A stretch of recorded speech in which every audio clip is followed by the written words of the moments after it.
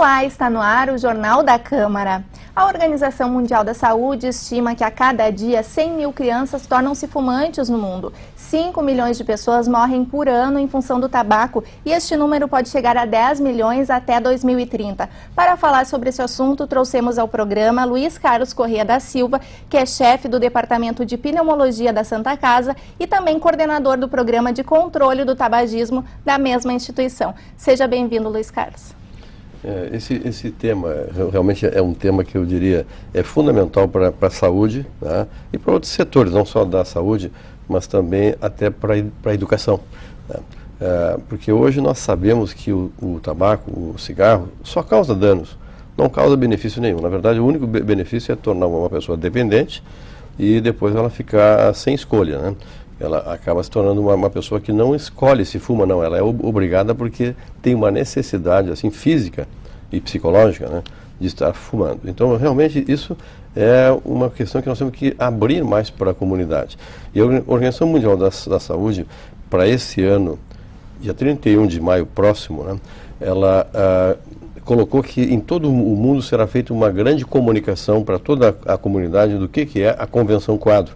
A Convenção Quadro, que é um grande tratado internacional para controle. E o Brasil assinou essa convenção como Estado, não como governo e muito menos como questões partidárias. É uma política de Estado. O controle do tabagismo no Brasil é um compromisso de Estado. Os nossos governantes, infelizmente, a maioria não entendeu isso ainda. E eu acho que, provavelmente, nós médicos ou outras pessoas que têm alguma possibilidade de fazer uma comunicação bem embasada, bem séria, bem definida, comunicar para a comunidade que realmente nós precisamos controlar o tabagismo, porque é o fator de risco para a saúde mais na nossa mão.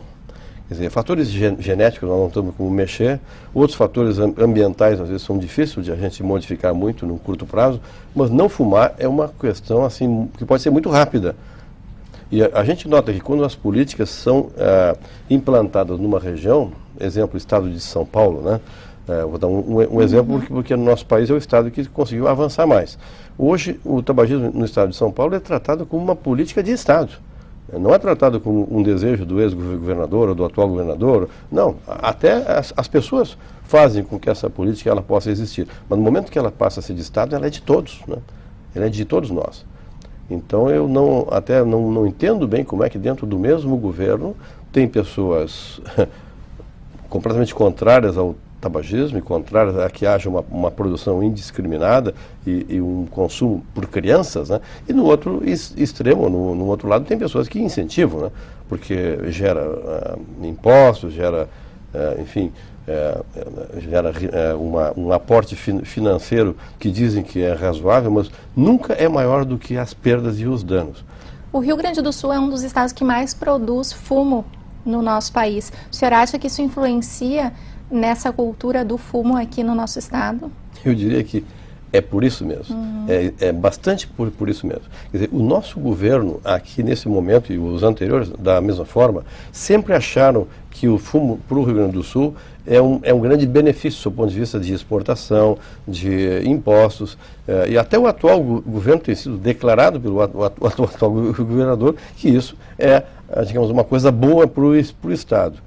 Eu diria assim, será que o governador não mede as mortes? Será que ele não mede os casos de câncer, de doença cardíaca, pulmonar, que realmente, assim, no nosso país são 200 mil mortes por ano atribuíveis ao tabaco, ao cigarro, né?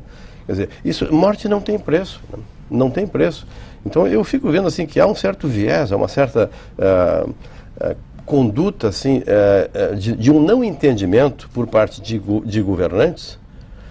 E eu acho que isso, vou dizer assim, eles não têm culpa de serem assim. Na verdade, eles seguem políticas anteriores. Mas eu acho que está na hora de mudar. Está na hora de mudar. Eu acho que nós temos que mudar porque há 50 anos não se sabia nada do que o cigarro causa de danos, né? Tanto que, assim, até médicos apareciam fazendo propaganda de cigarro. Um absurdo hoje, né? Mas naquela época era uma prática, né? Hoje, assim, eu acho que nós temos que incorporar conhecimento atual, moderno. Cada dia se descobrem novos danos que o cigarro causa, né? Então nós não podemos ficar alienados e ficar com um pensamento retrógrado, né? Já que o nosso governador atual é tão progressista, e eu acho que é mesmo, né? Para certas coisas, mas para esse item que eu conheço bem, ele está completamente defasado, né? Eu estou conversando sobre ele porque recentemente ele manifestou por escrito em jornal uma opinião até que parece que deixa completamente livre a indústria, porque ela gera riqueza. Bom, tem outras riquezas geradas que também poderiam ser consideradas, mas que são ilícitas, ou são inadequadas ou prejudiciais, né? Então, aí a necessidade de pensar em outras opções para essas pessoas que, por exemplo, sobrevivem do fumo no nosso estado, né?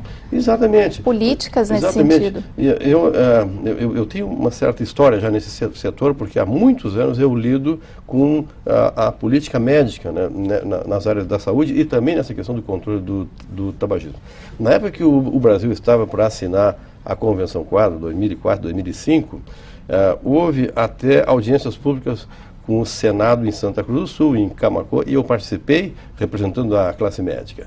E a questão que eu disse para os fumicultores e para as pessoas que estavam lá, que era uma imensa maioria, nós até, num certo momento, receamos por uma questão de segurança, mas, enfim, as pessoas são educadas e não houve nada, né, no sentido agressivo. Mas eu disse assim para as pessoas, nós médicos, que trabalhamos com pessoas doentes e ganhamos dinheiro com pessoas doentes, talvez pudéssemos ter essa visão. Quanto mais doente, mais renda eu vou ter, né? Mas nós não conseguimos ter essa visão. A nossa visão é de saúde. Nós atendemos pessoas doentes porque, infelizmente, ficaram doentes.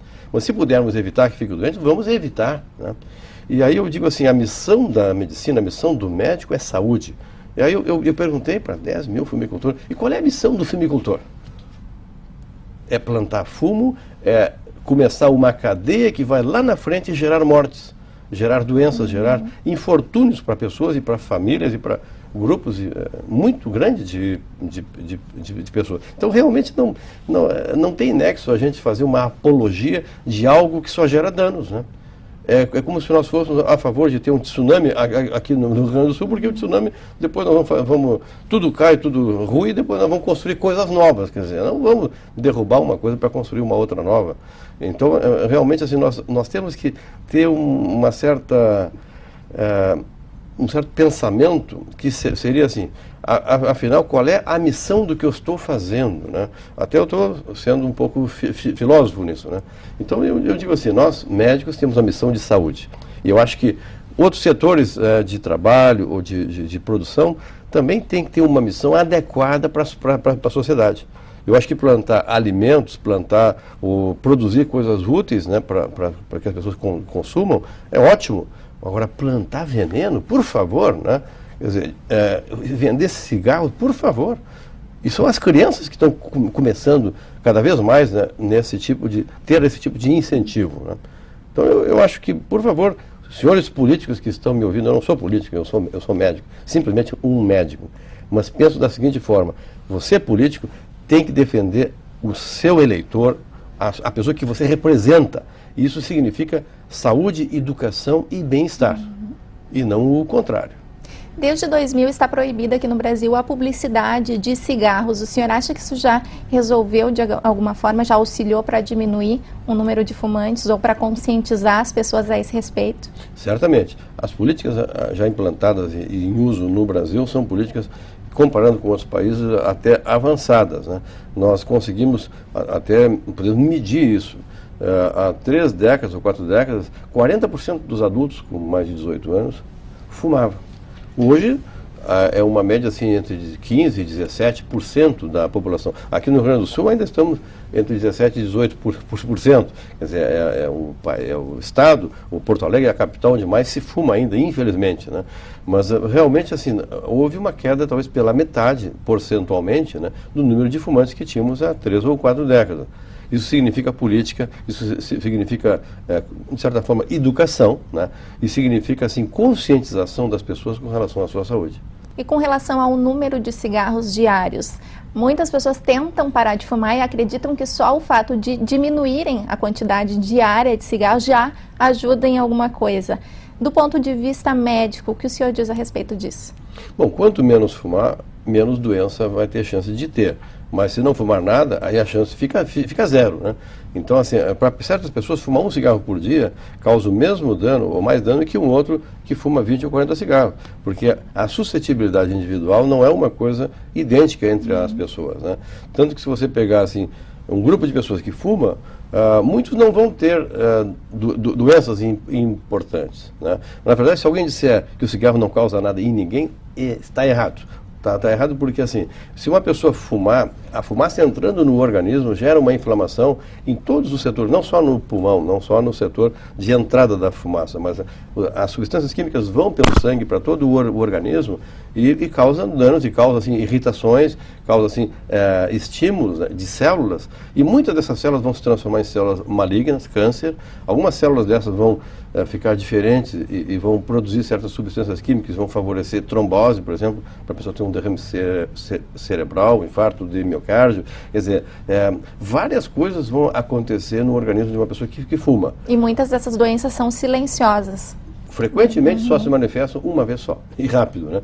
Quer dizer, morte súbita por questão cardíaca ou vascular, frequentemente tem uma associação muito grande com o fato da pessoa fumar, principalmente se ela está fumando no momento, né?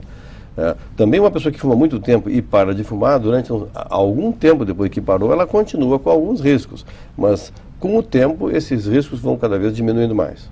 E o fumante passivo sofre esse mesmo prejuízo que o fumante ativo? Eu diria praticamente o risco é semelhante. A questão só é a quantidade de fumaça que é fumada, o tempo que a pessoa fica nesse ambiente e a suscetibilidade individual, né? Fatores genéticos, fatores assim que a pessoa tem no seu organismo, que entre as pessoas é diferente, né? E isso vai tornar alguns mais sensíveis e outros menos. Então, até numa questão bem simples, quando se queima um cigarro, a fumaça que sai da ponta e vai para o ambiente, comparando com a fumaça que vai para o pulmão do fumante, tem as mesmas substâncias químicas, né? É uma questão só de diluição, de concentração, né? Então, assim, se uma pessoa estiver fumando num ambiente fechado e eu tiver, digamos, 4 horas com essa pessoa, né, e nessas 4 horas ela fumar diversos cigarros, eu estou fumando alguns que nem ela, né? E realmente, assim, o tabagismo passivo também causa danos. E os mesmos danos que o tabagismo ativo. O senhor é coordenador do Programa de Controle do Tabagismo da Santa Casa. Que trabalhos vocês executam nessa instituição, doutor? Bom, a Santa Casa hoje ela está com um foco bastante forte na saúde, né? Até uma das missões da Santa Casa é a promoção de saúde e prevenção de doenças. Esse programa, assim, bem focado, começou já há alguns anos, e nós avaliamos, assim, 3 itens fundamentais de promoção de saúde e prevenção de doenças, que é não fumar nem passivamente, fazer exercício físico e ter uma alimentação saudável, né? Evitar obesidade e o sedentarismo, portanto. Então, nesses 3 programas da Santa Casa, nós, por uma questão até da política em geral, né, no mundo e no nosso país, e por termos uma liderança na área da pneumologia, que já está trabalhando com o tabagismo há mais tempo, nós definimos que íamos trabalhar com o tabagismo numa primeira fase. Estamos fazendo já há 4 anos um trabalho, assim, muito focado no setor de tabagismo. Hoje nós temos 3 programas de tratamento. Temos um programa externo para qualquer pessoa que queira participar, que é do Pavilhão Pereira Filho. No caso, para as pessoas que querem parar de fumar. Exatamente. A pessoa pode fazer um tratamento, porque o tabagismo é uma doença, né, de dependência, e tem toda uma programação de tratamento que nós, aplicando do seu ponto de vista técnico, né, e adequada para cada pessoa, ela vai parar de fumar. O que eu sempre digo para quem nos procura para parar de fumar é o seguinte: se você quiser, realmente quiser, vai parar. É uma questão só de nós avaliarmos, fazermos um programa e fazermos junto a sequência do programa. E esse programa inclui medicamento, doutor? Ou Dependendo, né? Na verdade, o mais importante do programa nós chamamos de tratamento cognitivo-comportamental, que é uma mudança do comportamento da pessoa em relação a esse item da sua vida, que é o fumo, né? Isso exige muitas vezes que ela mude alguma rotina na sua vida, certamente vai ter que mudar, né? Ou que ela mude, assim, até conceitos que ela tem, né? Porque às vezes a pessoa fuma e não tem ideia do que está fazendo com o organismo dela, né? Quer dizer, ela sabe que faz mal, mas não sabe nem como, nem porquê, né? Então, o fumante diz assim: mas, doutor, eu fumo porque quando eu paro de fumar eu me sinto mal, fico ansioso, fico isso, fico aquilo. E eu digo assim: bom, é porque você não está tratando, né? Você está parando de fumar e só parando de fumar. Provavelmente tem que fazer, às vezes, medicações, né? Na fase crucial, que é os primeiros meses, né? Depois que a pessoa parar de fumar durante 12 meses, esse é o tempo certo, né? Ela está praticamente, não vou dizer curada, mas ela está praticamente livre da fase pior para recaída. Né? Porque parar de fumar é muito fácil, como dizia o Mark Twain, né? Aquele famoso escritor. Ele dizia que você tinha parado 1000 vezes na vida dele, né, de fumar. Então, parar é fácil. Manter sem fumar é que para algumas pessoas é mais difícil. Mas nós ajudamos. Né? Bom, então os programas da Santa Casa. Tem um programa para qualquer pessoa da comunidade que queira, que aí é Pavilhão Pereira Filho. O telefone é 3214-8000, né? E aí pede o setor do Pavilhão Pereira Filho, que faz o tratamento para tabagismo. Tem um programa para funcionários e familiares, que esse é um programa interno, né? Só para os funcionários, que são mais de 6.000 funcionários da Santa Casa, né? E temos um programa para o SUS, né? Os pacientes que já estão inscritos na Santa Casa pelo SUS, fazendo algum tratamento para alguma doença, que fumam, tem parado de fumar, temos um programa para essas pessoas. Então, atualmente, esse é um dado importante, a Santa Casa tem uma política de que está se transformando num hospital 100% livre do tabaco. Né? Isso é uma política que já começamos no ano passado, faz um ano já, e nós verificamos que ao longo desses últimos 4 anos, em 2007, 12% dos funcionários da Santa Casa fumavam. Hoje é cerca de 6%, caiu pela metade. Então, realmente, muitas pessoas pararam de fumar pelos programas de tratamento, muitas pararam de fumar por conta própria, né? Porque viram assim que não pode fumar durante a jornada de trabalho, chega em casa ninguém mais deixa um fumante fumar dentro de casa. Eu até digo assim, o fumante não fuma no trabalho, não fuma nos locais, né, shopping e tudo mais. Chega em casa, fuma dentro de casa. É um absurdo isso aí. O fumante não pode fumar num ambiente fechado se tiver outras pessoas, né? Porque ele está desrespeitando o direito do não fumante, que é de não fumar, né, passivamente. Então, a Santa Casa hoje tem toda uma política, ela tem os recursos, porque nós não tínhamos como proibir a pessoa de fumar dentro da instituição, se não ajudamos ela a parar, né, de fumar, porque seria uma coisa até um tanto injusta, né? Então hoje a nossa meta é que em 2020, na Santa Casa, ninguém mais fume de jeito nenhum. Às vezes as pessoas me dizem, mas tu é um sonhador, isso é utópico. Nada é utópico. Eu quando estudava medicina na URGS, professores fumavam dentro da sala de aula. Né? Nos cinemas também, né? Dentro do cinema, era comum. Hoje, se um professor pensar em fumar, em primeiro lugar, ele não deve fumar, né? E a imensa maioria não fuma. Se ele pensar só em fumar dentro da sala de aula, ele já vai se arrepiar, porque ele vai fazer um papel triste e certamente não vai conseguir executar isso para os alunos dele, porque os alunos dele logo vão ficar olhando para ele e vão dizer, professor, não é possível, né? O senhor, uma pessoa inteligente, né, sabe que, em primeiro lugar, é proibido fumar em ambientes fechados. Em segundo lugar, não é bom nem para a sua saúde, nem para a nossa, que não temos nada que ver com o seu vício. Né? Então, hoje, absolutamente, mudou essa cultura, mudou essa política. E veja bem, se isso mudou, se nós olharmos para trás, vamos ver como mudou, né? E que a gente olha muito para o presente, às vezes esquece da história, né? Então, daqui para frente, dizer que ninguém vai fumar dentro da Santa Casa não é utopia, coisa nenhuma. É uma verdade, é uma realidade, porque a Santa Casa é um hospital que está se qualificando cada vez mais, e é um hospital, assim, onde não só a tecnologia e o avanço, assim, em pesquisa, mas o humanismo que o hospital, que eu acho que os hospitais, como regra, têm, né, é muito importante para que as pessoas tenham consciência, né, dos seus direitos e dos seus deveres de cidadania.